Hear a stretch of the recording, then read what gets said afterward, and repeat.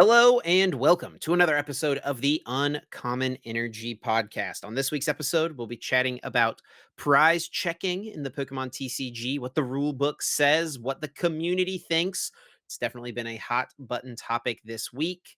We'll talk about the Perth Regional Championships, which took place this past weekend in Australia. Chat about those results, some very interesting Lost Box decks to come out, which we'll be talking about. We'll, of course, have Guess That Flavor Text. And then we'll be looking ahead to the Vancouver and Natal Regional Championships, which are taking place this weekend. One in Canada, one in Brazil. My name is Chip Ritchie, and I'm joined here, as always, by my friend and co-host, Azul GG. What's up, Azul? How we doing, buddy? Doing good, Chip. Doing good. This is our 50th episode. We had a half episode in there at some point, and we've been doing this for about 1 year now, or is it like this is like the exact? I don't know if we're on the exact week, but it's about 1 year now, a little over 1 year, I think, since we started the podcast.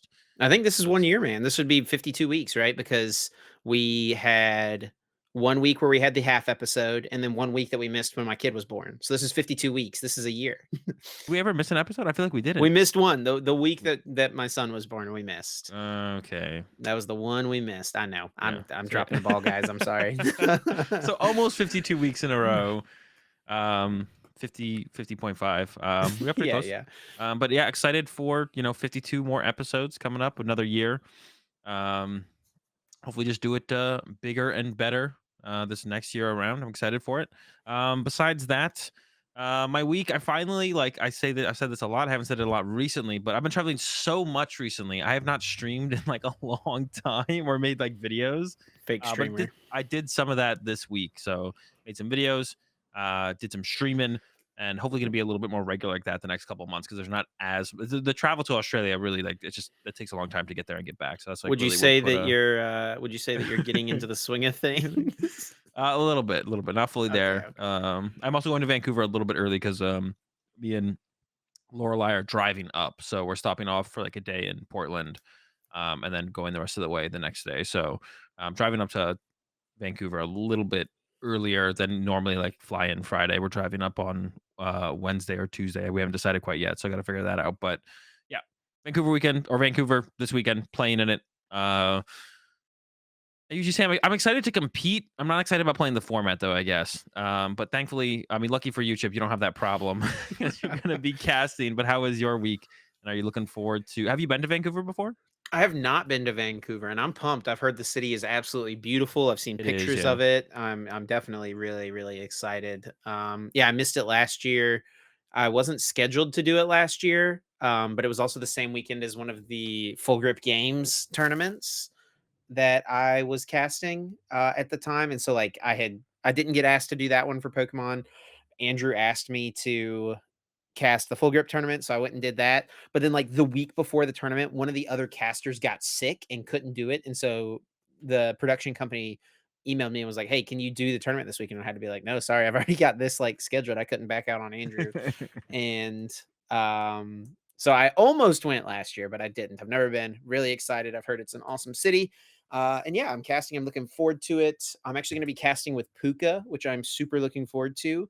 Puka's, of course, one of the OGs, one of the greats of the Pokemon TCG scene, and one of the like founding fathers of Pokemon TCG streaming and event coverage and broadcasting. So yeah, I'm super pumped. We got the cast together during the Players Cup 25th anniversary tournament, which was awesome, was a blast. And yeah, I'm looking forward to running it back with him again this weekend for Vancouver. Um, but yeah, let's go ahead and get into the episode, Azul. And we'll start off by talking about some news from TPCI. We did just want to talk about this because it is news. We cover the news, right? In regards to play Pokemon and everything going on. But TPCI, the Pokemon Company International, has dropped its universal mask requirement for premier events. They still reserve the right to implement a mask requirement for any event on short notice. This was updated in the Play Pokemon COVID-19 protocols this week. A bunch of people were talking about it on Twitter and updated it. So we just wanted to mention that here as well. Yeah. So yeah, make sure you still bring a master's in case they hit you with the mid-round mask check. Yeah, If you're not gonna yeah, like in school you had fire drills, maybe now we'll have mask drills. Round keeping everyone 3. on their toes. Yeah, right, right. Yeah. But yeah, one big discussion that did come up in the Pokemon TCG community this week was prize checking, and I think the bigger thing, more so, less about checking your prize card, just more so about how much time should be allotted for checking your prize cards. And we have a couple different tweets. We're going to take a look at a couple different things to, I guess, talk about around that discussion. So, what are we looking at first, Chip? Yeah, I think one of the first things I saw of this week was from Isaiah Cheville, who posted a twit longer, said, "Can we save time with prize checking?" Isaiah got top 16 this past weekend, or 2 weekends ago, I guess now, in Knoxville. And he posted this tweet longer. He says, TLDR, let us agree with our opponents to look at our prize cards during our first search. He said, a lot of discussion online lately about the time/ties got me thinking about what is the best way to reduce the frequency of these, or to put it better, make it more likely that the cards themselves decide the outcome of a match rather than an arbitrary time constraint. As such, I started thinking about some of the most significant consumers of time, and that is prize checking. At this point, especially at high levels of play, prize checking is essentially a given aspect of the game, and it can take quite a large amount of time. Between both players across as many as 3 games, prize checking is reasonably taking at least 5 minutes, often more. I would say probably 3 minutes. If both players are very thoroughly prize checking across 3 games, it probably is more than 5 minutes. Yeah. As a result, one has to wonder, why can't we consider the idea of making agreements with our opponents to just view their prize cards upon doing their first deck search, shuffling their prize cards like they would a Hisuian Heavy Ball, and then continuing on with the game? Realistically, this saves several minutes per set, and as said previously, makes it more likely for a set to be decided by way of the cards are played, which is the part that matters the most. Yeah, I mean, I definitely do agree to an extent. Um, for sure that we want to play as much Pokemon as possible. I think that it'll always be impossible in Pokemon. I mean, some decks are literally trying to only win one game, like control decks, which I don't think like that should be taken away from control decks. Or even stuff like Lost Box. Like if you play a Lost Box mirror, like game three is almost never gonna fish in. Like you got a 2-0 or you got to scoop really early in one of the games. So Yeah, regardless of the um amount of time spent prize checking. yeah, and I think that's, like, something that's always gonna come up pretty much all the time, and at first, initially, when I saw this tweet from Isaiah, I retweeted and I was like, "I'm down," but then the more that the the discussion the discussion of prize checking came out, and pretty much how much people were self-reporting about how little they prize check or how irrelevant they think it is for the most part, I would only actually do this agreement with like a couple people.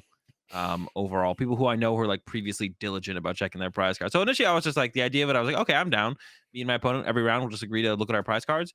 But the more people that kind of came out, especially players who are definitely in the above average category, to close to top players, the more and more of them that kind of came forward and had made opinions on or had an opinion on prize checking and talked about what they do, or what they think should be like what you should only do, the more I'm like, I'm definitely not doing this with everyone. Because I think there is quite an advantage to be gained by going to, because a lot of people just don't go out of the way to prize check in general or do it very little. They check only a couple cards. So if I can, put that extra 15 seconds to find close to all six or whatever, 30 seconds to find close to all six, as long as it's within the rules, of course. And one of my tweets this week was about basically like, if the rules do change, I'm like fine with that. But as of right now, I do the whole like sort my energy as I search through my deck to try and find all six of my prize cards on the first search of my turn.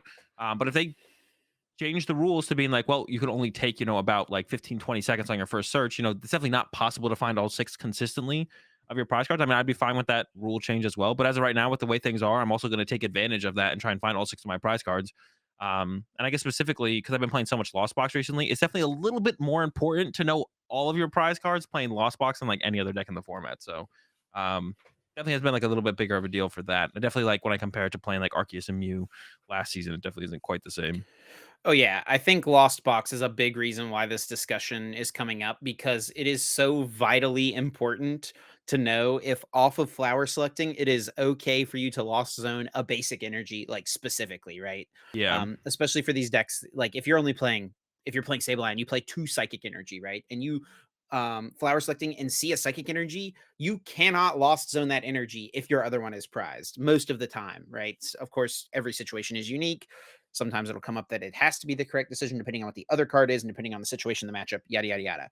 But like that is Lost Box specifically, I think, is why this has become such a big discussion.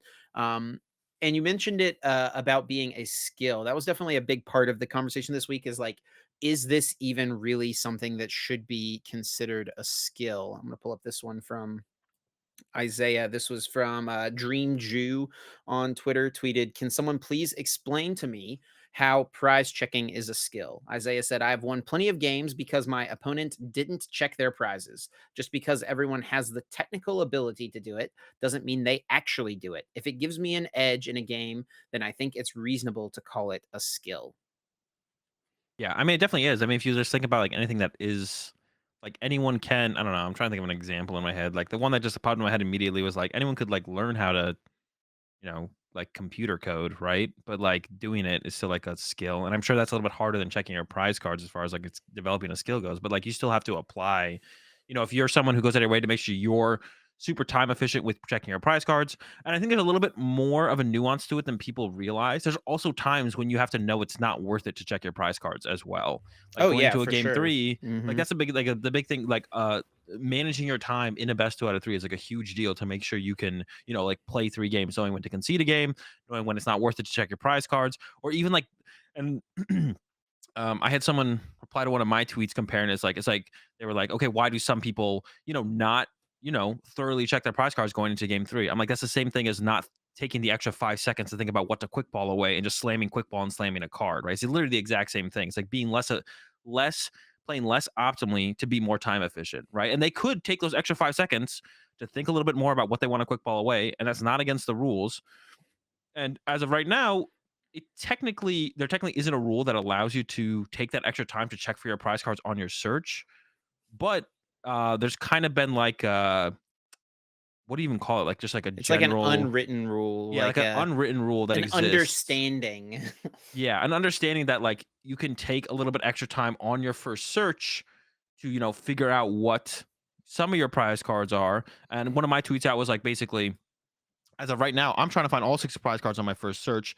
But I think it's reasonable to ask the question is like, are people on average taking too much time to find some or all of their prize cards? And should that kind of be reeled back in? And I think that's like a reasonable question. I think it would be reasonable, like if there's something, a ruling comes out around prize checking on the first search of the first turn, or a first turn, first search rule, or it shouldn't be first turn, first search rule. It should be first search rule. If something came out and it kind of made it close to impossible to find all 6 prize cards when you do your first search, I think that would be fine. As long as you have a decent amount of time to maybe find a couple, especially like important ones for like the matchup in the scenario. Like you do want some, at least on that first search. I think having a little bit of time, especially for important cards for the scenario slash the matchup. But like I said, like finding all 6 of your prize cards, specifically with Lost Box, is a pretty big deal. I feel like Yeah, you compared to mentioned other it. decks. It has become kind of an understanding amongst judges and players alike that like there is a little bit of leeway granted to that first search, and players will sometimes even spend up to 2 minutes on their first search. It feels like, which is maybe pushing it, but it Yeah. sometimes is how long it takes. I don't know. Um, but I mean, going by what the rules say, there used to be something in the rule book that said there was a little bit of extra time given to the first search, but that's actually like not in the rule book currently. I don't know if it got removed. Like, I guess it must have Was gotten it ever removed or officially in the rules? Did you see the everyone on Twitter seemed to say it was. I think I saw Will Post talking about it. Um, I think he linked as well, like a an old document? old rule document. Yeah, but I can pull it up and check. But here's what the current rule book says under section 5.8.5 tempo of play. The pace of a Pokemon TCG match should be lively without being excessively fast, and each player should receive approximately half of the allotted time. Pokemon Organized Play has set forth the below guidelines by which to assess whether a game action is completed in a reasonable time frame. Shuffling and setup, game start, 2 minutes. Shuffling and deck search, mid game, 15 seconds. performing the actions of a card or attack, 15 seconds, considering the game position before playing a card, 10 seconds, starting the turn after opponent's end of turn announcement, 5 seconds. These are guidelines only and should be considered within the context of normal gameplay. So these are like, yeah, like that said at the end, these are guidelines. And it really does feel like it's become almost an unwritten rule that first search, a bit more time is granted. But I mean, in theory, like, I wonder what would happen if at a tournament someone was playing against another person, they do their first search, they get to 15 seconds, and then the person raises their hand and calls a judge and asks to watch for pace of play. Like, they're not doing anything that's like they're within their right as a player, according to this rule book, to do that, right? Well, I mean, 15 seconds is a guideline, so I think that would come down that would definitely be fall under, like, poor sportsmanship, like, rule Fair. sharking for Yeah. sure. But, like, if, like, I think it would be reasonable, like, by the rules, like, if your opponent takes 30 seconds and is still going on their first search, it seems like it wouldn't be unreasonable based on the rules to call over a judge. Definitely, to be honest, like, right now. Or at least, Um, and maybe like here's what I'll say in regards to this, I guess initially, um like I've asked opponents to play faster before. Azul's yeah. asked opponents to play faster for. I think you should always start with asking Yeah, the yeah, yeah, yeah. opponent, can you make an action, or can you play a little quicker, something like that. I usually will just say, like, will you please increase your pace of play, or like if they're just overall playing slow, or if they're taking long on one action, I'll say, can you please make an action. Yeah. I think those are like two pretty kosher things to say to someone, right? And then if Mhm. it becomes an issue again, maybe raise your hand and call a judge and just say, I'd like a judge to watch our game for pace of play. I think that's kind of the way to go about it. What are your thoughts there, Azul? Yeah, yeah, like, I've always I don't I, like, rarely have actually had to call over a judge Yeah, I on don't my know that opponent's I've pace of had play, to ever. maybe, like, twice. But usually people are, like people get in their own heads. So no one's almost ever doing anything maliciously. So simply asking your opponent to, pick up the pace of play, make an action. Is just like, yeah, it's usually enough for your opponent to realize, okay, you're right. And I've had that. I've been in situations where I'm sitting there thinking really hard about a situation. I am taking too long, and then my opponent's like, hey, you have to make an action. I'm like, yep, you're right.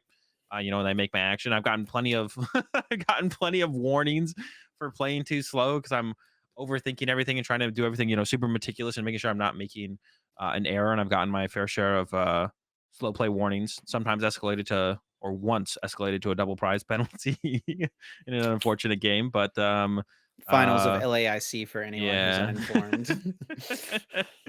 which is fair. Like I do play pretty slow sometimes, but I'm always trying to make sure I'm not making any mistakes. Right? There's a balance to that as well. Like you have to play at a. It's a balance to trying to play optimally versus trying to play, having to play time efficiently enough within the rules, and then wanting to play time efficiently. But one thing I always kind of mention on the other side of that as well is like you shouldn't feel rushed to have to make your actions as well. Like even if you're going into a game three, if you're aware of how much time is left and you still got like 20, 25 minutes, just because you're going into game three doesn't mean you have to slam every quick ball you see to go get your basic Pokemon. You can still take that. Like time is a resource, right? And you want to make sure you have enough of it left to win the match, but you also want to make sure you have whenever you have time, extra time that you can utilize. So, make sure you're making the proper actions. You want to utilize that time as well. So, take that extra 5 seconds to think about the quick ball. You're not breaking the rules. Take that extra 5 seconds, make sure you quick ball away the right target so you don't regret it later and you make like a game ending mistake like right there, right? So there's like a balance to it of trying to play optimally versus trying to play time efficient to actually, end up winning the match, right? So I think some people like are always concerned with us trying to play as fast as possible, but like time is a resource you want to use. Like theoretically, you'd want infinite time so you could sit there for a whole day to decide your one action. Like, all right, what am I quick balling away out of the 6 card hand? Take 24 hours to come up with your decision to try and play it as perfectly as possible theoretically, but you obviously can't take that much time. So you have to play within the rules of the time, but you still want to try and make sure you're trying to use as much time as possible so you don't mess up, right? You're trying to play perfectly. Yeah, and there's a lot of other opinions and takes from like top players and stuff. Ian Robb tweeted, taking a long time on the first search has become an unwritten rule, allowing people to just look for time efficiency regions that should be a part of the game. We already kind of talked about our opinions on that. Andrew Mahone tweeted and said, here's the deal with prize checking. Check the pertinent information for the matchup you're facing and be quick about it. If you're not quick about it, you're probably not very good at prize checking. If you're rearranging cards, you're probably wasting time. And that's another big part of this discussion because it's something that's really kind of become popular in the last like 6 months or so, I think, is physically moving cards around in your deck to check your prizes. So Something very common that you'll see people do is move all of the Pokemon in their deck to the front of their deck so that they can see, Yep. okay, here's all my Pokemon. Nick Moffat, I've seen, does all his Pokemon to the front, all his energy to the back, so he can check his energy cards. I think the very first time I ever saw someone do this was back in like 2017 at NAIC. I remember watching Igor playing a Decidueye deck, moving all of his Decidueye pieces to the front of the deck to prize check and then shuffling after. I think that's the first time I ever really remember seeing someone do that. And it's something that's come up here and there every once in a while. Isaiah Bradner, I think, was one of the people who was like kind of at the front of this discussion early on. He started doing it last year. I noticed a lot. But yeah, I mean, it's now become a thing that like a decent amount of people do, moving cards around to check their prizes. And I know you do it as well, Azul. Yeah, I do it. And I think one thing people don't understand is that actually is, in my experience, the most efficient way to find your 6 prize cards the fastest. It's not like when I go to pull my energy to the front of the deck, I'm also counting other cards, other counts of cards when I go through it. My goal is to like fully find all 6 prize cards, and by pulling energy to the front of the back, energy to the front of the deck, Pokemon to the back of the deck, while counting other cards as I do that, and then checking energy, checking Pokemon, and then doing like 1 or 2 more searches through the rest of the deck after the energy and the Pokemon. I'm trying to find all 6 prize cards, and that method, I think, in my experience, is like consistently the fat not just a way to find 6 prize cards, but the most time efficient way to find 6 prize cards. Because that's what you're trying to do, is just find 6 prize cards as fast as possible, so you have as much time to play Pokemon as possible. You're not just trying to find 6 prize cards, because that wouldn't make any sense. It makes no sense. Like I saw multiple comments about that, where it's like if the rearranging of cards is just eating up time. It's not if your goal is to find all 6 of your prize cards. It's a very time efficient way to find all 6 prize cards. Um, Otherwise, why would you do it? That would make no sense to me. When I saw people make those kind of comments, I was like, well, then why would you rearrange cards if it wasn't a faster way to find all 6 prize cards? Yeah, the rearranging of the cards is just a faster way to find all 6 prize cards, at least in my experience and from what I've seen from other, top players doing it. I've been doing it. And if it did get banned tomorrow, I wouldn't be like upset about it or anything. But like as long as it's like legal to do, and I feel like it is the most time efficient way for me to find all 6 of my prize cards, I'm going to do it. So a lot of people are comparing it to de-clumping, which for anyone who hasn't been playing for more than 5 years probably hasn't heard that term because it's not really something that is. I think it's like literally not allowed anymore. Is that right? Like No, de-clumping is a you can still declump. okay.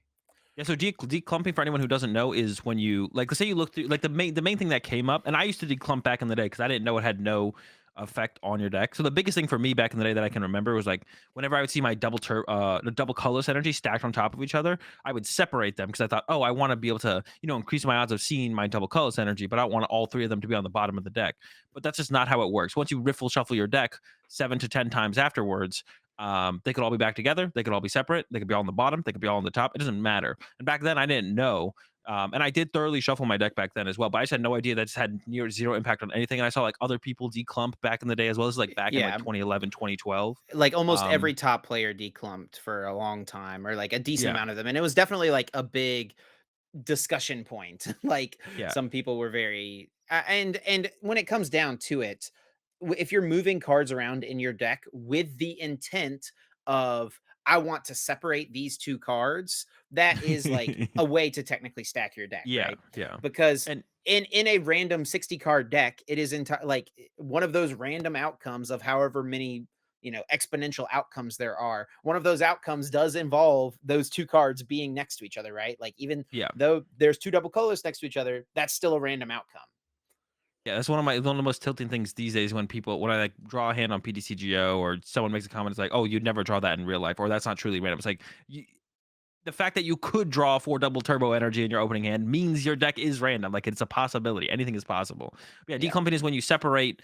Usually, it's like some of the same card together. So if you if you did a search and you're playing Lost Box and you saw all 4 of your Colress stacked on top of each other in the middle of your deck, it's like separating them out. So there's like one towards the top, a little bit lower, in the middle, and at the bottom or something, and then shuffling. And the thing is, like, most people, almost everyone, still thoroughly shuffles their deck afterwards. But like me back in the day, or a lot of people still probably to this day, especially back in the day, didn't understand that declumping doesn't do anything. If you thoroughly shuffle your deck afterwards, then declumping didn't do anything to begin with.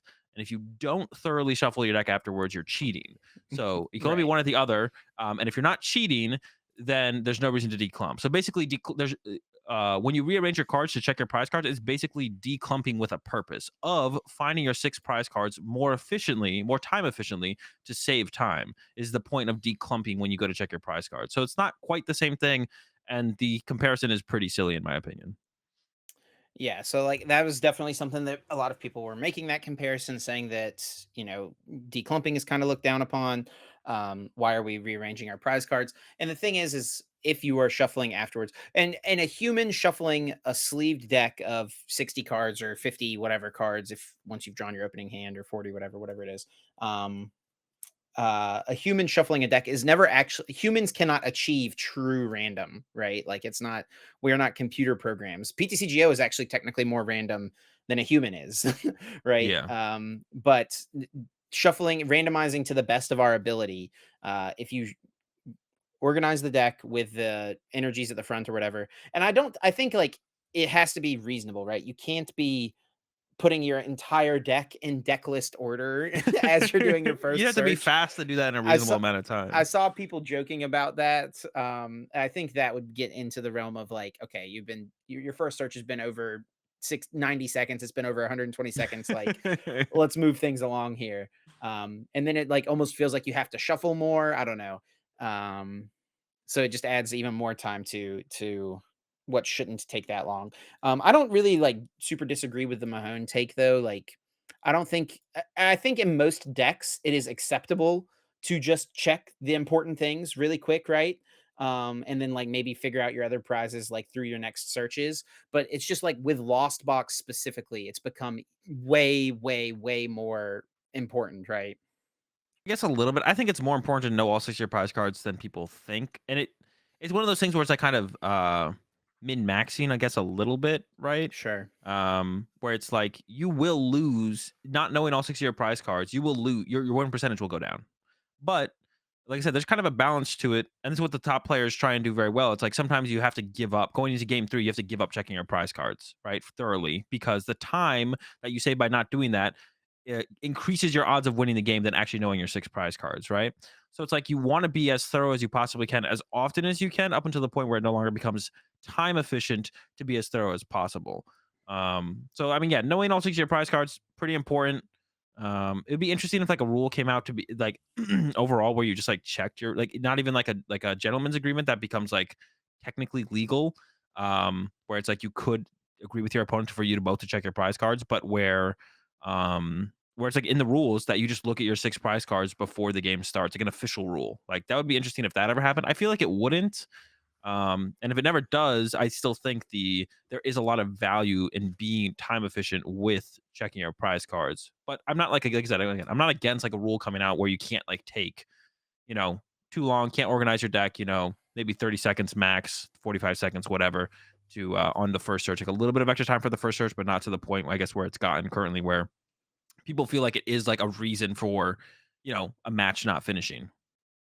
I think this also comes with like a little bit of inexperience for people in general who are like trying to price check, but they're not as efficient at it. So it's impacting more games of Pokemon than it would if they were more efficient at it. But like that's one of the things. Like there's always going to be players who are learning how to do things in the game. So Always going to be a learning curve, always going to be new people trying to pick up these skills that they see the top players having. So yeah, let us know your thoughts on the whole prize checking situation down in the comments below.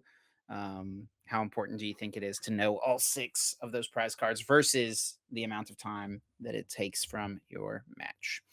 We can move on now, though, to probably a bunch of people who did check their prize cards, the top 8 of the Perth Regional the top prize Championships. checkers in Australia, right Yeah. there.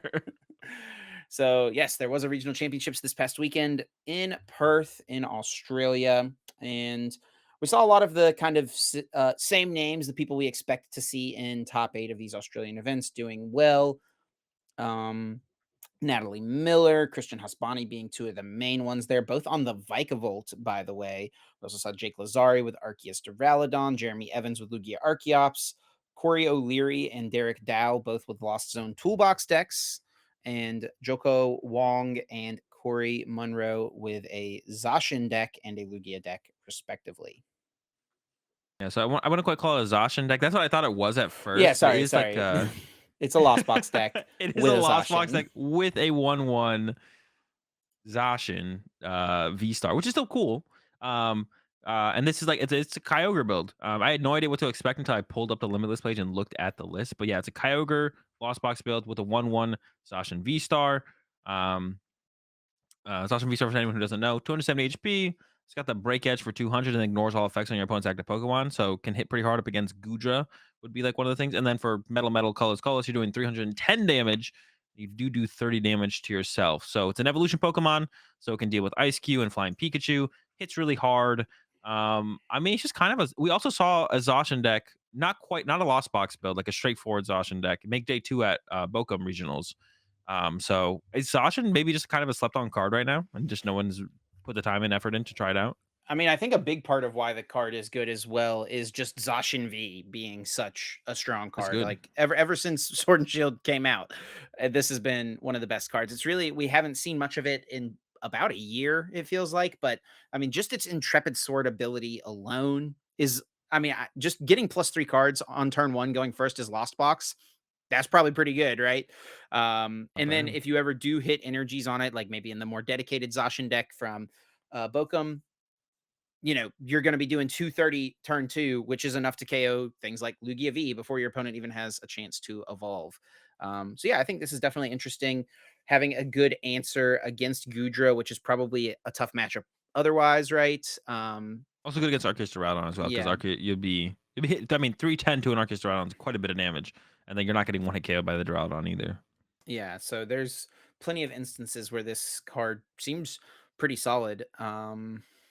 I don't know, like you can't find it, right? You can't. There's no Ultra Ball or anything like Yeah, that. You'd have to I to didn't even think about that, to be Raihan. honest. You have to Raihan to search it out, and then Lost Box decks do just generally see like a decent amount of cards, so you You see probably a lot. have like a 50+% chance to just draw into it naturally by the time you need it, right? Maybe even higher Yeah. than that, honestly. You just see enough cards that it's probably fine, and you don't need it in every matchup. Like I would imagine you don't even bench the Zacian in every matchup, but I don't know. Maybe it does come down a decent amount just for that Intrepid Sword. I mean, I feel like sometimes just Intrepid Sword for +3 cards can be more valuable than even 110 damage from Cramorant in some situations.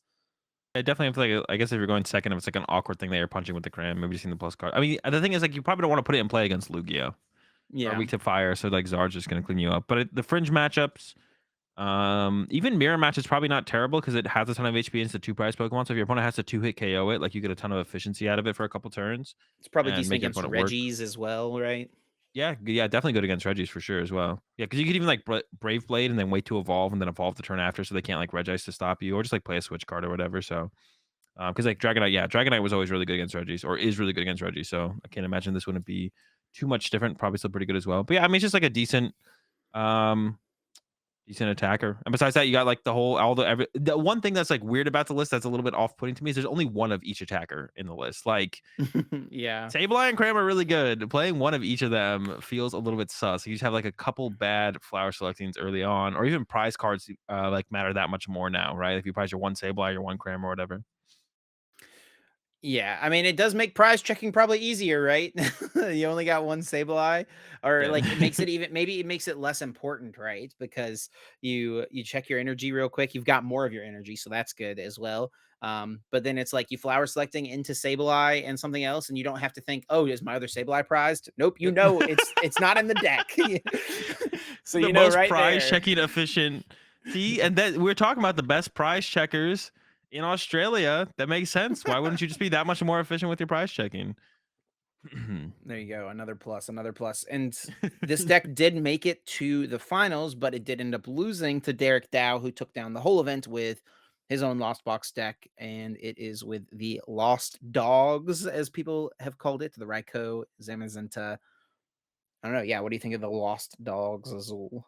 It's interesting because It's basically like Rayquaza without Rayquaza, right? yeah, like when you look at it, you're like, oh, it's Rayquaza without Rayquaza. You still have so now you have Zamazenta in there as like your Stoutland answer, plus just kind of a heavy hitter. And then I mean Raikou, if you get a full attack off with Raikou against Lugia, that's always better than attacking with Rayquaza against Lugia to begin with.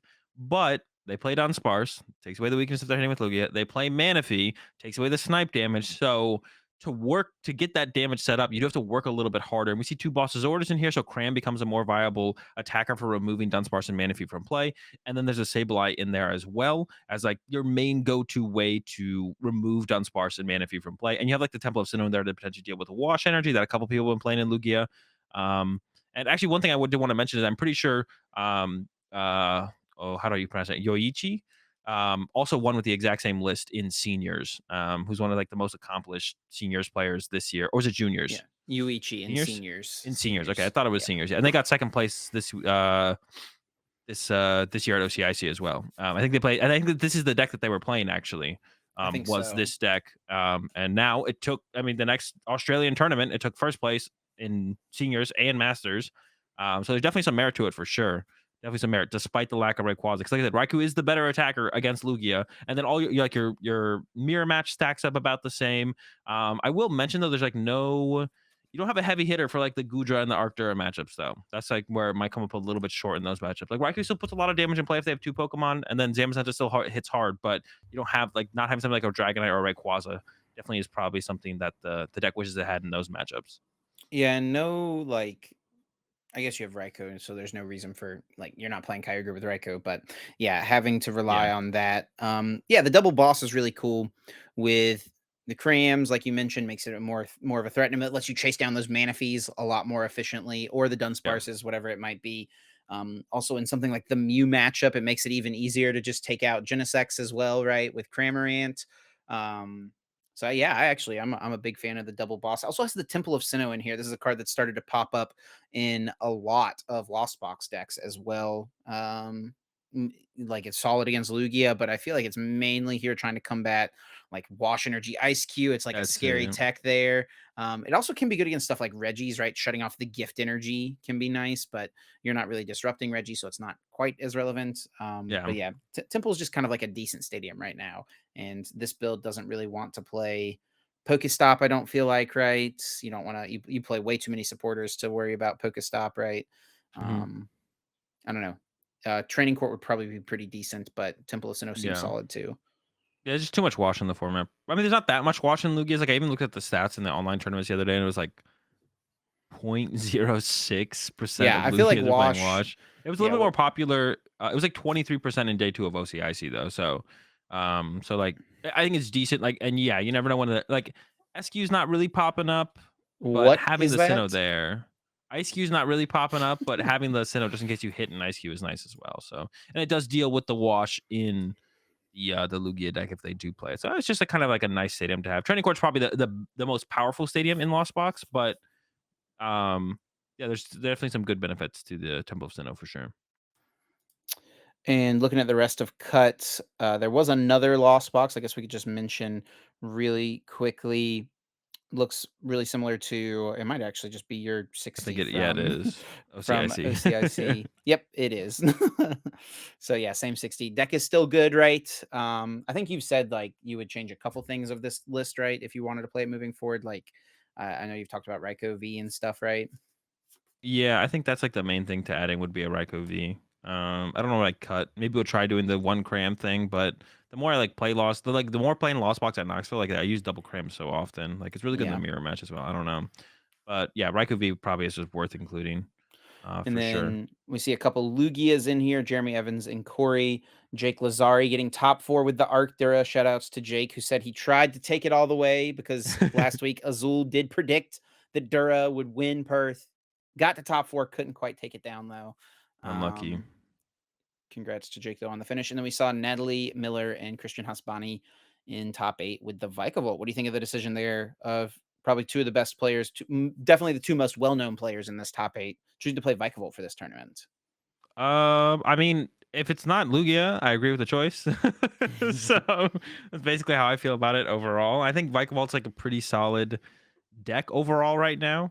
Your Lugia matchup is close. This is like the Path build, not the Aerodactyl build. But even then, Aerodactyl or Path, I feel like the matchup's pretty close to 50-50. Um, say one more thing about it as well. I don't the Lost Box matchup like isn't too ridiculously good, and like Natalie lost to Jake with the Arctura in top 8. So like its fringe matchups aren't great. You're losing to Yeah. Arctura, losing to Gudra most of the time as well.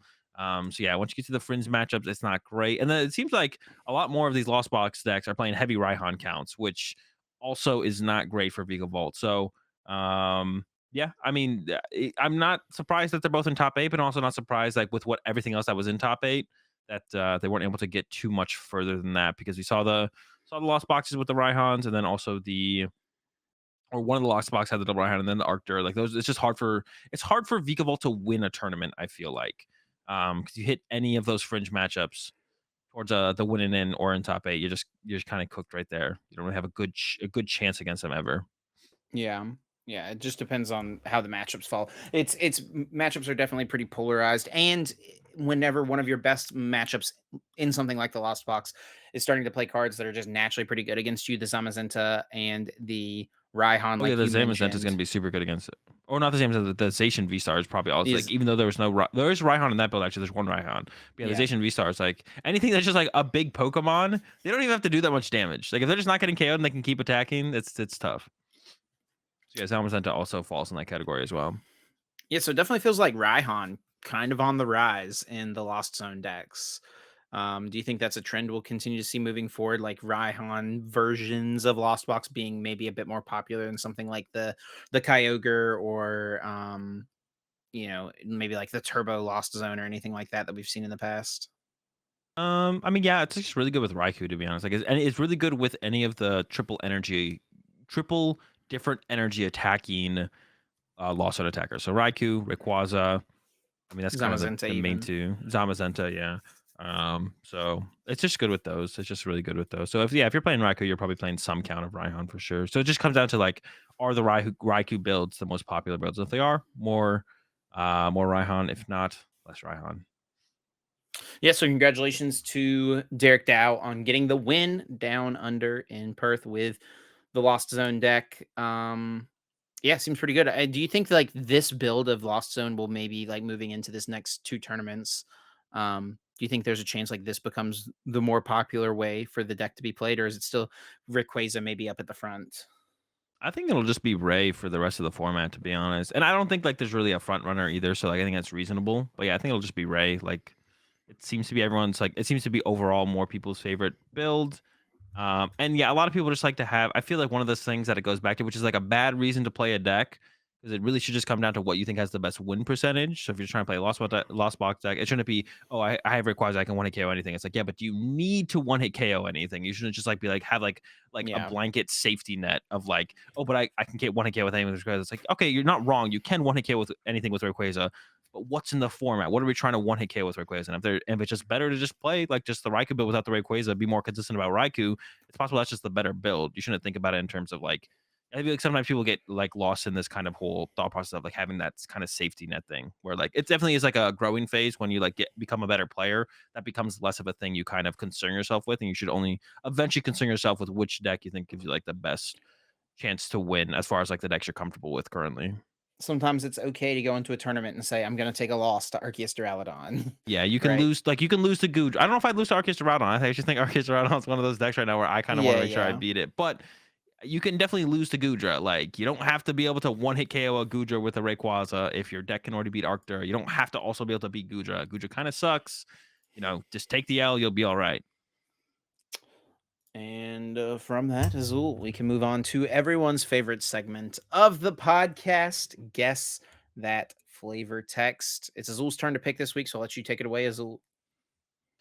All right. So guess that flavor text is a segment in the show where one of the hosts, me or Chip, picks a card and reads the flavor text on it, and then the other host has to try and guess which Pokemon that card belongs to. If you guess it without using any lifelines, you get 4 points. For each lifeline you use, you lose a point to gain.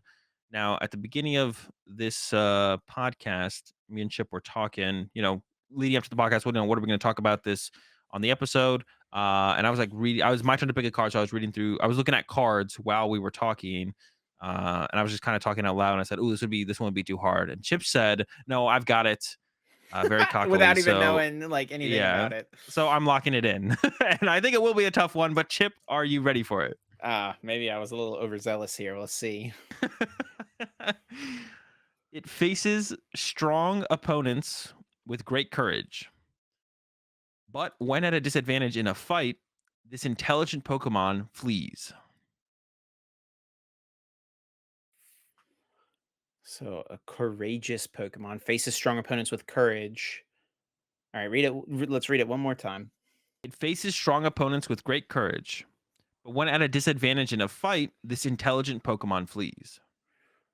Intelligent Pokemon. Interesting. So at first I was thinking this could be like a first form fighting type Pokemon. Like one of my first thoughts was like to Timber or something like that, standing up to like a bigger Pokemon in a fight. But it says this intelligent Pokemon flees. So, I mean, pretty much anytime I think of an intelligent Pokemon, you think of psychic types, just because of like their lore or whatever in the games. Like they're always the smart ones, right? Um, so I'm gonna lean towards it most likely being a psychic type. I probably will have to use some lifelines here. I'll start with what set is the card from? It is from Black and White. Ooh, Timber's from Black and White. Hmm. Is Timber intelligent though? Timber. I mean, he's like a little guy, why? right? Why are you He's talking a little trash on Timber? Timber's he's a little dude. He's probably got some intelligence, right? Like he's a smart guy. Let's see. Oh, man, if I got this right, I would just jump ahead. Man, part of me really I feel like it's just gotta be a psychic type, though. It's gotta be a psychic type. Let me have you read an attack name. Bite. Oh, that's useless. A bite? That's what you got for me? Give me the other attack name. Come on now. I told you it was gonna be tough. And you're like, Oh no, my gosh. you wanted this. I All was gonna go right. look for a Well, let's different just one. we'll run through them all. What stage is the card? Basic. I don't think it's Tim. All I do not think lifelines it's Timber used. anymore. Oh yeah, I um, don't think Timber has bite. I'm no, just gonna go no. ahead and make a He's got a guess. mouth though. He does have a mouth, which means he could bite. He could True. A lot bite. of Pokemon. Every Pokemon theoretically has bite, right? As an attack, technically. Most, not Well, everyone. it's like every Most. Pokemon can learn Toxic. Every Pokemon that has Why can teeth, every because like Pokemon learn Toxic, Azul? every Pokemon could be toxic. No, because they all poop, bro. That's what toxic is. Is that the? Wait, can every Pokemon actually learn toxic in the video I game? think so, right? Maybe I don't know. That might be trolling I'm gonna there. Google this now. You can. Yeah, yeah. While I'm thinking, um, I might have literally just made that up on the spot. I don't know. I feel like I've heard that somewhere before. Anyway, so I'm gonna think it's a dark type. I mean, could it be? All Pokemon that can learn TMs can learn toxic. So is that all Okay, Pokemon? Not I quite, think. right? I think so. I Oh think wait, so. yeah. The question was why can all Pokemon learn toxic? Okay, Every yeah. Pokemon can because they can all poop. I'm telling you, that's the answer. All right. I mean, I guess I can. Maybe what about fart? We don't have to go too far. I don't know You how many don't think every Pokemon. Pokemon poops? Well, they do, but do we want to poop it on the battlefield? What about just like farting is like more reasonable? Yeah, but That's that's not toxic enough. toxic. That's That's toxic just enough. I feel that's just like. stinky. The Yeah, tech's but not called stinky. It's called toxic. all right, Chip, you're invested in this. I'll let you have it. Oh man. Okay. But it feels Yeah. like every Pokemon I'm should be able to just learn trying. I'm bite. trying to Every Pokemon with a stall. mouth, Honestly, I'm trying to stall. with Um, teeth. I mean, part of me. I mean, I part of me wants to go with like Sandile or something. Crocorock's basic, right? You did almost. I did spike the Crocorock that It one was time, but I don't know insane. if there is one in Black and White. I know there's the one in Emerging Powers. From Black and White base set though, thinking of the other dark types, there's maybe a Bisharp, or a Ponyard, I should say. I don't think that guy bites. Um, You have teeth. he's got swords Oh, for Ponyard. hands. Yeah, yeah. See, like Ponyard probably doesn't learn bite. Ponyard probably does not You learn said bite, but it's a Bisharp dark first, so type I though. was. It's Oh a no, but dark type. Bishop's not. I was thinking of Sharpedo. You said Bishop, and I was thinking of Sharpedo for some reason. Oh, is it Lillipup? I'm gonna go with Lillipup. Is it Lillipup? Yes, no shot. Let's How go. did you get there? It's Lillipup. We got How did there, you get to boys. Lillipup? Did you just remember that I had bite? I just was thinking it's a dog. I was trying to think of a dog Pokemon because I was thinking dark Oh, types would bite, and then for some reason my tangential mind went to like the current Pokemon that are dark types, and I thought about like, oh, Mabostiff is like one of the new Pokemon that's a dark type. It's a dog. And I was like, oh wait, what dog Pokemon could it be? Lillipup, black white base set. Boom, lock it See, in. yeah, I definitely couldn't say pickup. If I had said pickup, you would've Yeah. got it. So Sheesh. it is the pickup Lillipup then, okay. I think there's 2 in black white base Was set. I didn't pick, Lillipup to be an intelligent Pokemon, but apparently it is. Apparently is Stoutland intelligent as well? Then I'd assume. Herdier, Yeah, it's bro. funny, when you look at the line, the evolution line, Herdier looks older than Stoutland. Like, Stoutland looks kinda majestic, but Herdier just looks like a little old geezer. A Uh-huh. geezer. Yeah. Like, Stoutland, Lillipup no, I don't know. Stoutland is like this. Lillipup is like the young private ready to go to battle, right? And Herdier's like the seasoned sergeant, and then like Stoutland is the intelligent general making all the but decisions. Like Stoutland just, like, he's looks younger than Herdier. Like, it looks like no, no shot. You're trolling for what? that. You think Because Stoutland it's looks bigger. younger? It doesn't look like it looks Herdier looks like the older dog. Bro, Stoutland looks bigger. Stoutland's bigger, but Herdier looks like it's like an old dog. And Herdier looks like it could be like but not an older dog, but not old. You know what I'm you mean saying? Stoutland? Stoutland, yeah. Stoutland doesn't it looks like old, but not old. Herdier looks like a 15-year-old dog. Listen, Stoutland flavor Stoutland's looking text. like a This extremely wise Pokemon excels at rescuing people stranded at sea or in the mountains. It's and extremely also wise, Azul. yeah, and also really good at drawing 2 prize cards against Lost Box. True. And Herdier just loyally follows its trainer's orders. See, Herdier is just a follower. Herdier's only a follower. Hasn't Stoutland's matured out here enough. saving people. True. Same All people right. from Well, those we freaking got Save there with the Lives. Lillipup. I am now just Insane. 1 point behind Azul. Let us know down in the comments. Were you able to come through in the clutch with the Lillipup? Did it come No to you in the chance. last second like me? Let's go. That hypes me up. Nothing gets me more excited than like getting a last second answer correct on guess that flavor text. All right, so just talked about Perth Regionals, but we got some more major tournaments coming up this weekend. We got Vancouver Regionals, and I got the hiccups all of a sudden. Natal Regionals. Natal, yep, down in Brazil. So a couple tournaments happening this weekend. It feels kind of, I don't know. I mean, we've talked about this meta, this format There's just no so evolution, man. much. Yeah. It's just so little to change. But we'll still discuss it for anyone who's going to either of these events. But rotation is just around the corner, guys. We're at like a month away. It's so, so close. We're going to get the new set soon. Um, and look at the new cards, talk about all this stuff. It's going to be so much more exciting. But for now, we're talking about Lugia, Lost Box, and Mew. It is worth noting, we should mention for anyone going to Vancouver Regional specifically, this is the TO that does the 8 p.m. deck list submission time. So be aware if you're traveling from the East Coast that you're probably going to need to submit your deck list before you leave on your trip. Like for me, for example, like I'm obviously casting, not playing, but I don't even land in Vancouver until 8:30. So if I was playing, like I would have to make the decision of what deck I'm playing Thursday night, pretty much, Yeah. which is no fun. Yeah, definitely still not loving this. I don't think anyone likes this. I think there's some people who are neutral on it, of course, but I don't think anyone thinks this is like if we went back to the way that every other regional does it, then I think more people would be happy. And then the neutral people would still be neutral. But I feel like no one is like actively pushing for, 8 p.m. decklist submission besides the TOs apparently. Apparently it was a big success. So but it feels Yeah, like only I a don't know. hundred people got round one losses. Only 100. Oh wait, actually? Yeah, it was something like that At what tournament? at Salt Lake.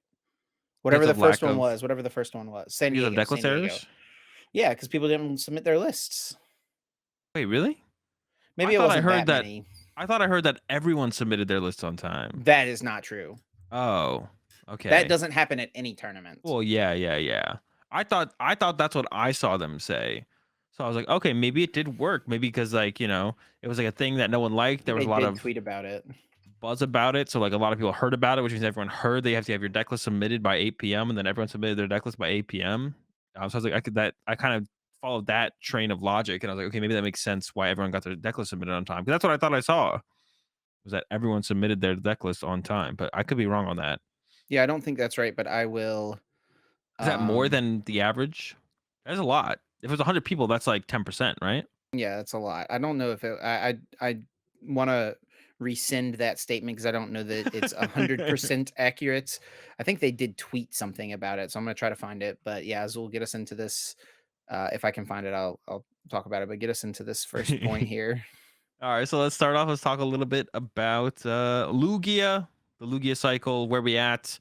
Things to think about, I guess, right now is like you want to play the Bird Keeper. I guess like switch card in general. If you're rocking Irida still, probably want the rope, Bird Keeper. If not, I still think I like Bird Keeper over the Irida stuff. I don't know, but and I guess the other thing with that is like, should you play Canceling Cologne right now? And I kind of like Canceling Cologne.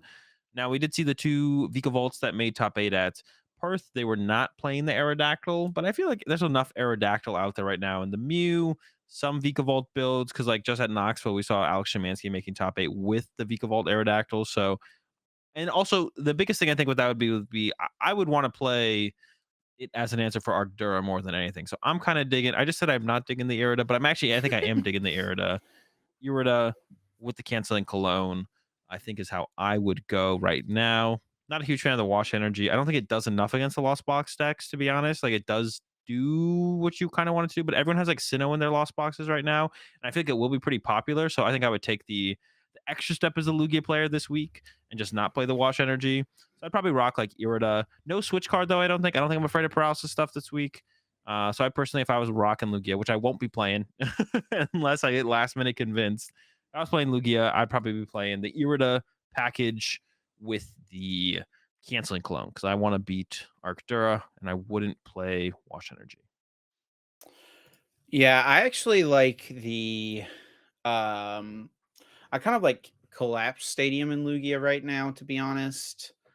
Um I don't dislike the collapse either. Yeah, Yeah, I like Collapse, and I think if you're playing Collapse, you play Skyla just by yeah, go with merit, the right? Skyla. Yeah. So I'm actually kind of a fan of the Collapse right now. That's a tech I think I would be a fan of this weekend. Um, We did see it in the winning list from the Skyla collapse combo was in the winning list from Bokum. Bochum, yeah, Yeah, with the and it's pretty cool Volt. because in the mirror match and the Lost Box matchup, you can do like a cool play where you go Luminion to get Skyla to get collapsed, and then you attack with Luminion on the turn. Against Lost Box, you're pretty much KOing anything, and then up against the mirror matches, so you would do it into a turn where you're KOing like the Yveltal or the Raikou, and then you can like collapse Stadium away like an extra Lugia or whatever you want to get rid of off your bench. So, um, yeah, that's like a pretty cool combo that you can actually do into like the two most popular matchups in the game. So that's cool. Yeah, the collapse kind of cool. Yeah, if you're doing the collapse, definitely do the Skyla though over the Irida. It Yeah, makes no sense to play collapse without the Skyla. I feel like. yeah, for sure. And I think it's really good in the Reggie matchup as well, which Reggie is like it's always been up there. It's like 4th or 5th most played deck, so Yeah, it feels like it's not a deck worth including a card for, but, like, if you have a card that is good in the matchup, like, it's pretty nice, right? yeah. So, like, specifically, like, Reggie's one of the matchups where you want to attack with 2 or 3 Lugia V-Star potentially. So having it as a way to retreat a damaged Lugia V-Star and discard it from play is actually really solid. And possibly making it so your opponent literally can't play the game anymore if they can't find another of That's their own true, if they stadium. can't Like they bump could it, just yeah. lose. Yeah. So yeah, collapse is pretty solid right now. I agree. Yeah, you definitely want to go with the Skyla over that instead. Although it does feel like the Skyla is not quite as strong as the Irida, to be honest. But I think It actually definitely being able has to find your less. collapse, big Yeah, it deal. has less use for sure, right? Like Yeah. there's just less you can do with it. Hmm. Then we've got how is Lost Box positioned? Obviously, just one down in Perth. You won at OCIC with it. But other than that, it almost feels like Lost Box is still a deck that's kind of playing without an identity right now. Um, there's just so many different versions of the deck. There's so many different things you can possibly do with it. Got the Kyogre things out there with Dragonite. We've got the Raikou Amazing Rare. We've got Rayquaza Amazing Rare still running around. We've got Zacian V Star. I don't know, Azul. Where is Lost Box at? What build is best? It does feel like an archetype without an identity right now, though. Yeah, I don't know. It's hard. I don't know what build is best, to be honest. Maybe it is just Lost Right. It's been consistently the most successful build overall. Theoretically has the widest matchup spread because you have the raid to kind of handle those more fringe matchups. Not to say that you should always play it. But like I said, right now, like Dur is definitely a deck that's on my radar that I'm looking to make sure I can compete with. So maybe that build, I definitely would give some time, and I'm sure quite a few other of the Lost Box enthusiasts out there will look at the Perth build and at least give it some time to try it out. Right? Definitely some interesting stuff in the build. Um, as far as like the power attackers in the deck, and then kind of the lack of some of the consistency cards. No Guru, no Heavy Ball. That's I would definitely play the heavy ball. I would definitely the first thing I look when I looked at the list, I'm like, I'm cutting an escape rope for a heavy ball for sure. So yeah, I don't know. It's I don't really have a read on which one I think is best overall. I feel like you should just kind of go with the one that you kind of enjoy playing the most right now, unless you really feel that strongly about it. But as of right now, I don't really like. That's definitely the one I'm looking at to put the most time into the um is the build from Perth. Kyogre doesn't feel great right now, but then you can't go wrong with Ray or something like what I played at OCIC as well. Yeah, maybe with just that add of the Raikou V, like Azul said in his OCIC list. Yeah, Yeah, I mean, it's kind of just if you've been testing Lost Box and you have a version of it that you enjoy, I don't think that you can really. I think it's fine to roll up with whatever you feel pretty comfortable with. Um, Unless you're like one of those top level players, then obviously you want to try to find the absolute perfect list, right? Even if you have to change decks, right? it's But hard though. uh, yeah, it is hard. It is hard. Mew VMAX. So we were looking at Mew in this current format. So this format has been, a really drawn out one because Crown Zenith did See, not change too much. But technically, if we're looking with Crown Zenith, there have only been 5 major tournaments in this format, and of those 5 major only tournaments, 5. Mew VMAX only has 2 top 8 finishes. A Oh, wait, are top you talking eight about like actually in the Crown Zenith format? actually in the Crown Zenith format. Okay, so Actually in actually, the yeah, I Crown guess, Zenith yeah, format, but the last 5 events, right? Which is, like, indicative of what the current meta is, right? yeah, yeah, yeah. So Mew has been the 2nd and 3rd most popular deck at the last several tournaments, but it only has 2 top 8 finishes out of the last 5 tournaments. What does that mean, Azul? I actually just because you said that though, it made me like want to go and count. So realistically, we've had 12 major tournaments in this format.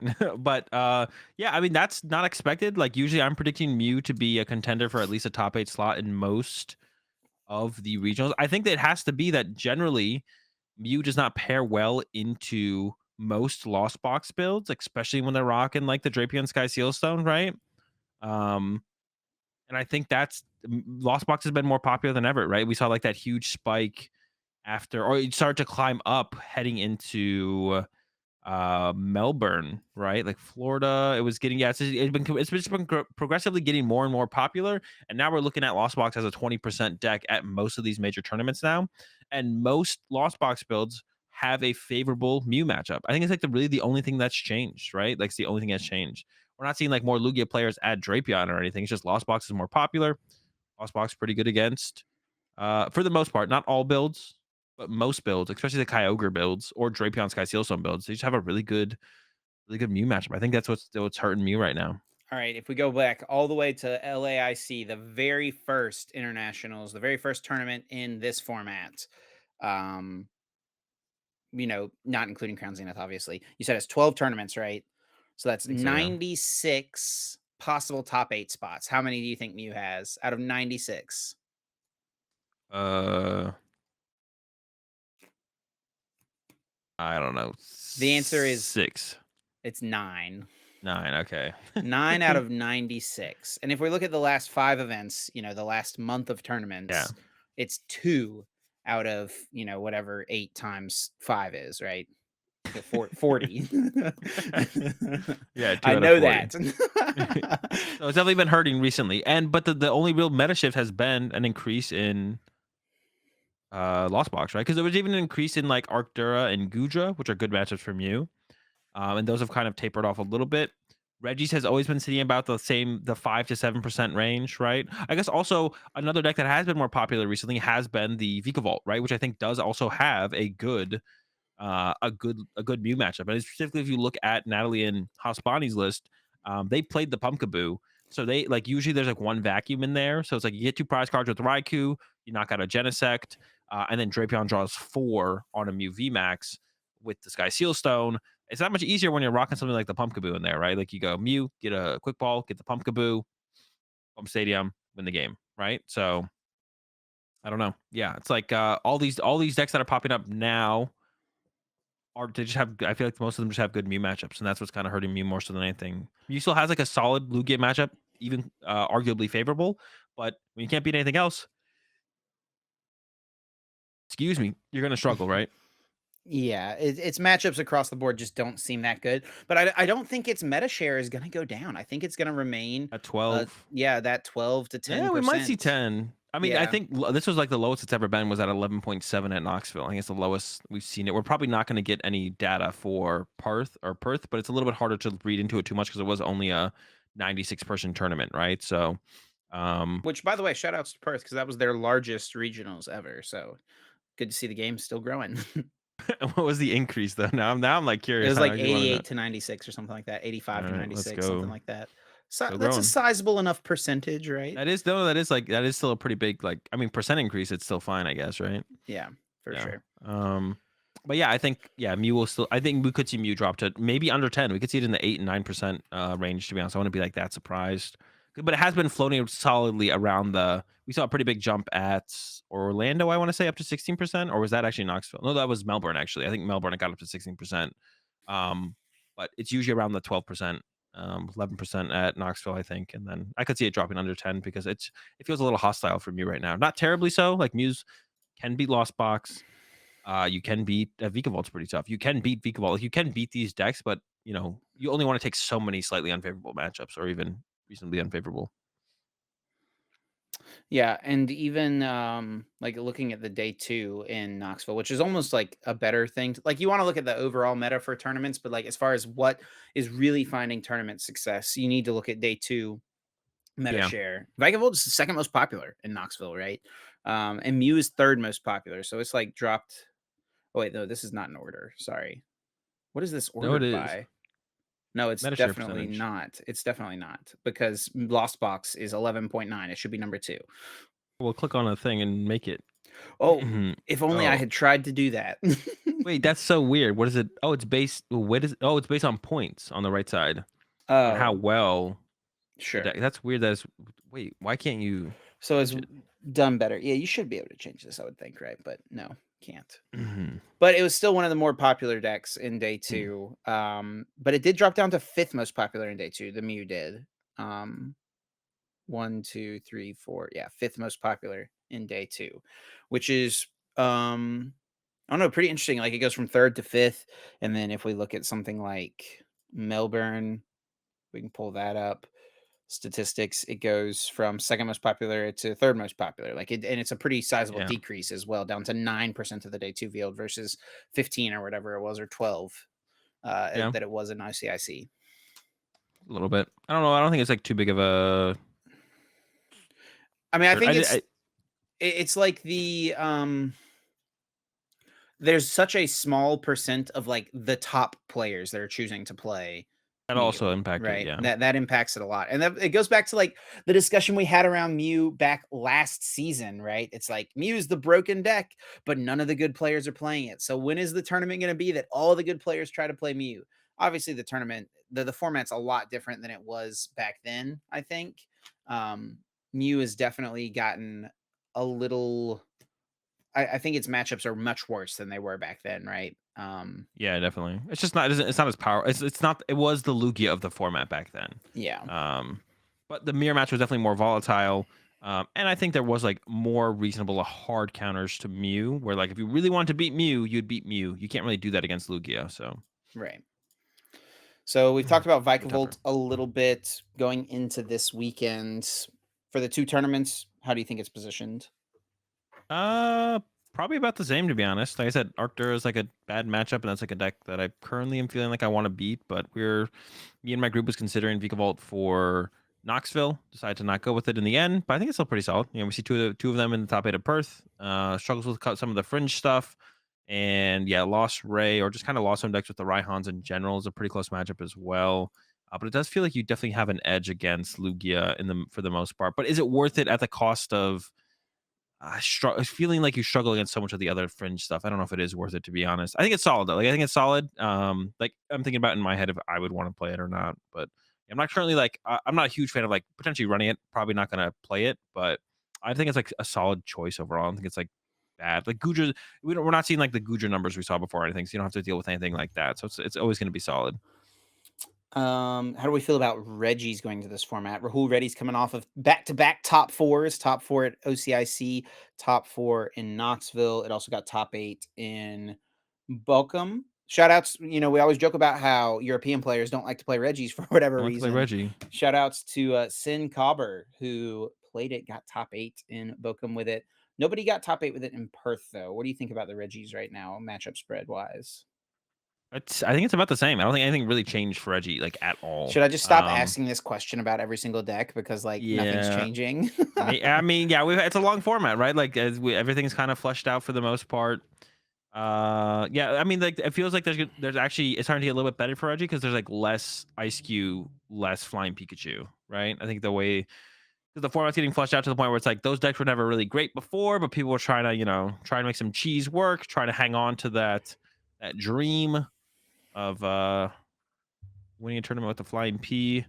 But yeah, it's just I think people are coming around on it and being like, yeah, these decks are just not good, and there'll be less and less people playing them as we move forward. So it only gets like a little bit better for Reggie's. But yeah, there's not too much changing. There's not too much changing. We have Um, seen a decrease of the Gudra, which, like, I think that's, like, one thing that has changed. Like, Gudra was for a little while, like, a decent meta share deck Orlando, for yeah, Orlando, right? And then it just kinda tanked after that. it was just the hype. It was just the hype. It was a hyped deck going to the tournament. That's it. Like it was something new. It did well. Oh my gosh, is it real? Nope.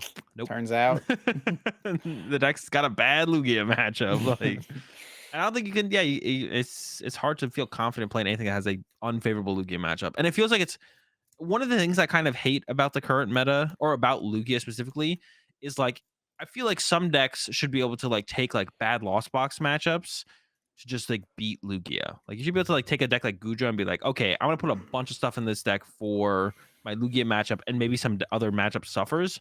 But it just feels like you actually can't even do that. Like it doesn't. There's the tech cards don't exist to beat Lugia in that kind of way. Yeah. So, similar to Gudra, we got the Arctic Duraludon, which is like the cockroach that just won't go away. Keeps coming back, keeps making top 8. Grant Shin's gonna keep on playing it. We'll see him in top 8 in Vancouver. I've got no Probably. doubt. Azul Arctur. You said you feel like it's a deck that you want to respect going into this weekend. I know there's been tournaments in the past where you'll be like, okay, yeah, I can take a loss to Arceus Duraludon this weekend. But you don't feel like that's the case this weekend. Why is that? I think it's just like been building up a little bit gradually. We constantly see the top eights. It's giving the Arctur players confidence. Some of them are probably going to come back around and want to rock it again. So I'm putting a little bit more respect on it for Vancouver. Not because I think it's like a that good of a deck, but if that many people are going to play it, you got to like respect the deck to that point, right? At least to that extent of where if it makes up a big enough meta share, and it's definitely a deck like I would not be surprised at all to see one of them in top 8, maybe 2. I believe Grant Chen is going to the tournament, so that's one top 8 slot missing already, We always or taken up say, already. we expect to see Sander in top 8 of tournaments with control. Is it now time to say we expect to see Grant Shin in top 8 with Duraludon? Yes, I can't wait for a rotation to hit, and then Grant Chen will never top 8 another tournament Bro, again. Duraludon loses nothing. What do you mean? Oh wait, actually, so you can keep Arceus and Duraludon? I think the Duraludon V rotates. There's The no way it can. optimal Duraludon V rotates, but it's got the other one still. There's no way it can hang with Guardy. There's Oh, no there's no shot. Marnie. There's no Marnie, which is pretty good for No the deck, right? Marnie. You got Judge. You do Hey, got hey, you Judge. got Judge. Never mind. Grant Chen back in top 8. Let's get it. No, but yes, I think I Unstoppable. feel about Arctur like the kind of the same way I feel about Reggie's. It's like it just is and will continue to be.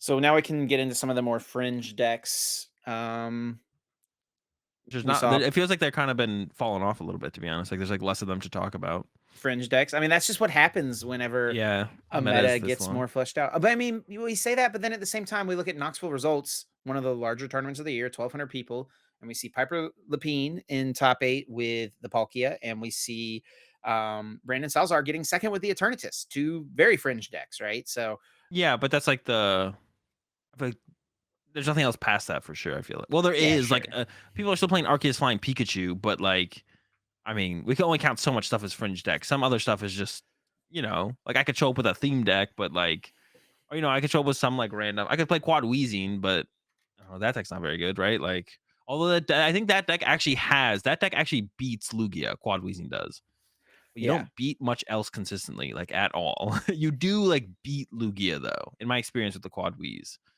Lugia matchup is pretty good, but Yeah, I mean, I guess the Palkia deck I still think is good. A Paralysis deck is still good. I think we've been There's, like, seeing the a lot paralysis more. builds of Lost Box as well, I think, um, James Cox got top 8 in was it in Bochum? Or top No, it was a 16 top maybe? 8. Yeah, top Top 16. 16, They yeah. were on stream for the winning into Yeah, top yeah, yeah, that's what 16. it So was. I don't know if maybe James's opponent could have made top 8, and that's why they did that matchup. But yeah, that was like heavy Zekrom build, which is interesting.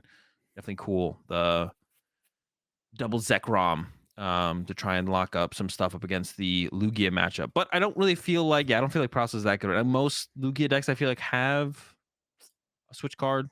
If you're running the Skylar Irida, you can run the Escape Rope. If not, a lot of people have the Bird Keeper. But I guess I say that, but I look at the two top 8 lists. Actually, no, there's 4 top 8 lists. Hang on, I gotta do some more looking at. There's a Charon's Karen this one, so that works as well. That's crazy. That's almost better. That's Yeah. almost better. You That's get all your that is energy better. back, yeah. Yeah, maybe that is the ultimate tech for the. There's a Bird Keeper in one of the other lists. So I feel like Bird Keeper, Switch Card, Charon's Hair is in about probably close to 50% of Lugia decks. I might could even look at the day 2 stats and I could pull it, but yeah, I feel like process stuff is okay. And I think you do have to go some route, kind of like the Articuno stuff, because you actually get to like lock multiple times. So like with the Zekrom stuff, it's a little bit weird because Zekrom only locks specifically Lugia. Otherwise, you hit too hard and you kind of KO everything else. So you can't really trap anything in the active besides Lugia. But with Articuno, you can start to paralysis trap a Lugia. They get their switch card, and then you just go into your next Articuno, and you can still like lock up the game for another couple, 3 or 4 turns with the jellies from there. So I feel like the stuff like the deck that Piper played, the Palkia Articuno deck, is still pretty good, Yeah, solid. and, like, if you're, you know, if your paralysis strategy fails, you have Palkia to fall back on, right? Like, you still have, like, a really solid and efficient attacker. What are you laughing at? Someone played a wind up arm in their Lugia and Poke. No That's another shot. way. That's another way to counter the paralysis. The Pokemon this card is attached to can attack even if it's asleep or paralyzed. Oh my Let's gosh. go. Someone with the wind-up arm. We gotta find out who Insane. was it? Who had the wind-up arm? You actually find that out? Yeah, Andrew Emerson. Shout outs to you. Let's go. 12th place. 12th place 12th with the place. wind up arm. Had the Snorlax, like, it's in there for that, I guess, probably more so, Had the but Green and VMAX, of course. A great combo with the wind up arm. Had the Leon. yo, Oh my absolutely gosh. insane. Dude, I love it. I love it so much. And the Thornton. This Yeah, guy this is was actually. this guy cooked. This Yeah. guy cooked. Shout outs to Andrew. I love to see it. This is definitely a crazy list And for then sure. one other deck we definitely should talk about because it got second place at Knoxville, Eternatus Wheezing. So yeah, this build with the 4 Marnie, the 3 Judge, just really relying on disrupting plus ability locking, hoping that gets you enough time to get to a board state where you can either get ahead enough that you can start attacking with your Eternatus, or maybe even just locking your opponent out of the game before they can do anything with the Wheezing. I just still feel like I still think it's kind of like the Gudra. I think you're unfavorable against Lugia. I think it has like maybe only it's like 55-45, but you're still unfavorable. And I just don't see it ever making sense to play a deck that is unfavorable against Lugia. So I'm not a fan of the E-turn. I mean, like I said last week, I think the deck was more so carried by Salazar than anything. And we saw Salazar went up against Andrew 3 times and ended up going 1 and 2. So I wouldn't say that's like fully Have indicative you of how the watched the matchup finals should yet play out, though? but I have not. So I'm saying like that's not fully. You shouldn't only look at those games and be like, okay, this is how the finals plays out, or this is how the matchup plays out. But I will say, that did happen. So yeah, it feels like it is like one of those decks that is like slightly. I felt like if it had a really good Lugia matchup, we would have seen a couple of them do a little bit better than they have up to this point. But then you have a great player like Salazar pick it up, and I think it is more so a player diff than a deck diff for sure. Why? What happened in the finals? I think at the end of game 1, Salazar judges Hedrick into a dead hand, and it's like Hedrick has to boss that turn or he loses the game. He top decks boss to win. And then in game 2, I think what happened is Salazar discarded his one of his Eternatus VMAX and his other 2 were prized, and he got farmed. Okay. Maybe a little So bit unlucky. I mean, yeah, maybe the matchup is better than I'm giving it credit for. But my experience with the deck when I've played it or played against it, it's just like usually Lugia just finds a gust effect before you get far enough ahead with the wheezing. Has been my experience. yeah. So usually the wheezing, but quad wheezing on the other hand, you got tons of energy disruption. So you just sit there with a couple wheezes and play, and you eventually win. But yeah, because you usually have to bench something as the Eternus wheezing. You can't sit there with just wheezings in play, and you have no energy disruption. So eventually Lugia is going to swing for a KO. So in my experience, is like you just find the gust card before the wheezing allows the E-turn player to get far enough ahead, and then you just go gust, summoning star, load a bunch of energy, knock out whatever you gusted up, and then kind of snowball from there. So I'm down. I would love to be wrong. If this deck consistently beats Lugia, that would be great. I'm not saying that would be a bad thing. That would be sick because then we'd actually get like a shift in the meta of this deck becomes really popular to counter Lugia. It beats Lugia. Oh my gosh! And then all the other decks can maybe the meta adapts from there. But I just don't believe it actually has a favorable Lugia. So All right, time for some predictions. Azul. We got 2 tournaments this weekend, Natal and Vancouver. For the 2 events, we got 2 different top 8s. Over under 6.5 Lugia in top 8, including both events. 16 total spots. Over under 6.5. I'm gonna go over. I think there's gonna be more than that. I do plan to be one of the few players in top 8 that is not playing Lugia, but I think there will be more than 6.5 between the 16 spots in I'm the just top telling you, eights. man, now's the time. Bust out the Lugia. You got 3 events left. Imagine this No. broken deck existing and there's a dozen tournaments in this format and you didn't even play Lugia for one of the tournaments in the whole format. Yeah, but there's a difference between like bringing like a new broken deck and just playing the same broken deck that everyone else is playing. I already had my experience with that playing Mew, and it just was like mid. Reagan went from second at OCIC to 4 or 5-4 at the next tournament. I feel like that if I play Lost Box, I feel like that's impossible for me to not make day 2. But if I play Lugia, I think it's very possible I don't make day 2. Maybe fair, maybe fair. I'm gonna go with over as well. I was kind of hoping you were gonna pick under, so we didn't have the same thing. But yeah, I think it's gonna be over as well. It's Swarm just of Lugia on the way. too good. It's definitely a Lugia weekend. I'm feeling it. It's a Lugia weekend for sure. We talked a bit about Vikavolt. Obviously, still got a lot of kind of hype behind it. I feel like it's maybe almost got a little bit of that Gudra syndrome where Gudra was the hype deck and then everyone played it and then it kind of died down. Vikavolt feels like it's got a little bit more to stand on though than Gudra did. You definitely. Well, it The has a deck favorable Lugia matchup. favorable as like a fine Lugia Slightly matchup. Yeah, 52%. 52%. 52. Okay, Give him the 52. we need a Lugia player out there to play Azul 100 times in the matchup and see what happens. I'm down. I got nothing All better to right. do. Well, I actually have no time to do That's a that, but lot of games. I'd be down That's for a like a long best of time. 7. We could do like a best of 7 or something. That's not 100 games. 52%. We got to do 100 games. I mean, if I win like 4-0 though, I think it's a pretty. Maybe so. Maybe so. That's my 4%. Best finishing Vikavolt this weekend, Azul. What do you think? Win Between 2 the 2 tournaments. tournaments. 2 Top. I think we tournaments. got a top 8. I think we're cooking. Bro, I'm gonna go with the top 4. I'm gonna go with the top 4. I'm taking it to the finals, baby. No shot. Vikavolt. Dude, A the win deck or a just finals? a second, at Okay. least. Yeah, we're going to go with a second I didn't though. plan on losing to it, so okay. It works. Well, I'm talking about Brazil. It's okay. Brazil. So No, all either Lugias in tournament, America. honestly, it could definitely happen. All right, best placing Lost Box variants. So we've got the Kyogres, we've got the Turbo Box, we've got the Raikou Amazing Rare, Rayquaza. Best placing Lost Box variant over the weekend, Azul. What do we think? I mean, gotta go with Ray. I feel like it just like shows its consistency throughout this whole time. So I'm gonna go, yeah, Lost Ray probably will be the best placing Lost Box variants for sure. I'm gonna go with the Raikou build, similar In to what Perth, won in Perth. Yeah, yep, the Lost Dogs. I guess can we just call Lost it that? Dogs, Lost yeah, Dogs. Is Lost that it? Dogs, Lost Dogs. yeah, Yeah, I'm gonna go with the Lost Dogs for sure. All right, and we talked about Mew kind of being on the downswing. on the Last ropes. 5 tournaments, yeah, on the ropes. 2 top 8s out of the last 5 tournaments. Does Mew VMAX make it back into top 8 at one of the 2 events this weekend, Azul? I mean, I'm pretty sure Mahone is going to Vancouver, so that's Is that's he do a one. top 8? I don't know if he plays Mew again. I'm not sure to be honest, but maybe. And if Xander shows up again, there's like another. We have 2 pretty good players playing Mew, so that helps it. But I think I'm gonna go no. It's tough out there for Mew. It's tough out there for Mew. We're predicting Out some of Vikavolt 2 top 8s as well. tournaments? Yeah, 0 Mew in top 8. Jeez, I'm definitely gonna give you at least one top 8 across the 2 events. I mean, you gotta be, like, stubborn to, like I mean, there is, who is it? Fabrizio, who might be at Yeah, the, uh, Natal. tournament, might be at Natal in Brazil.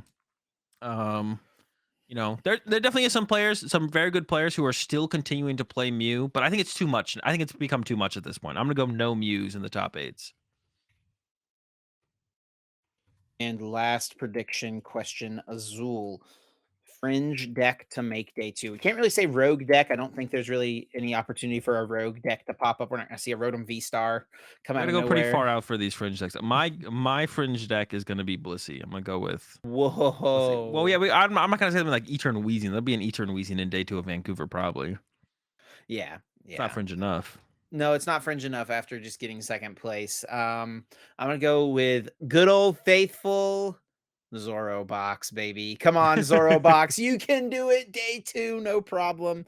My other choice was Snorlax Cherim. So I think I think Zorro box is maybe a better, safer choice. And you Little said safer, is it? Blissey? I don't know about Blissey though. Blissey. We can see That's it. kind of wild. It's a little wild. You're just getting a little Mhm. crazy on here on the podcast to close things out, man. Well, I think that is going to wrap it up for us this week. Thanks so much to everyone for listening. As always, we do appreciate the support. If you did enjoy and want to continue to show that support, the best way to do it is to leave us a rating or review on your favorite podcasting platform. Takes just a second, helps us out a ton. Also, be sure to subscribe over here on the YouTube channel if you're watching, or drop us a comment, a like, all those good things. Any way you interact with the video or the podcast itself is just going to help us in any of the various algorithms. Get more people into the game, get more people into the podcast, all those good things. Yep, yep. Appreciate the support as always. Good luck to anyone attending any of the tournaments this weekend. Um, and we'll catch y'all next week, Tuesday, 7 a.m. Eastern.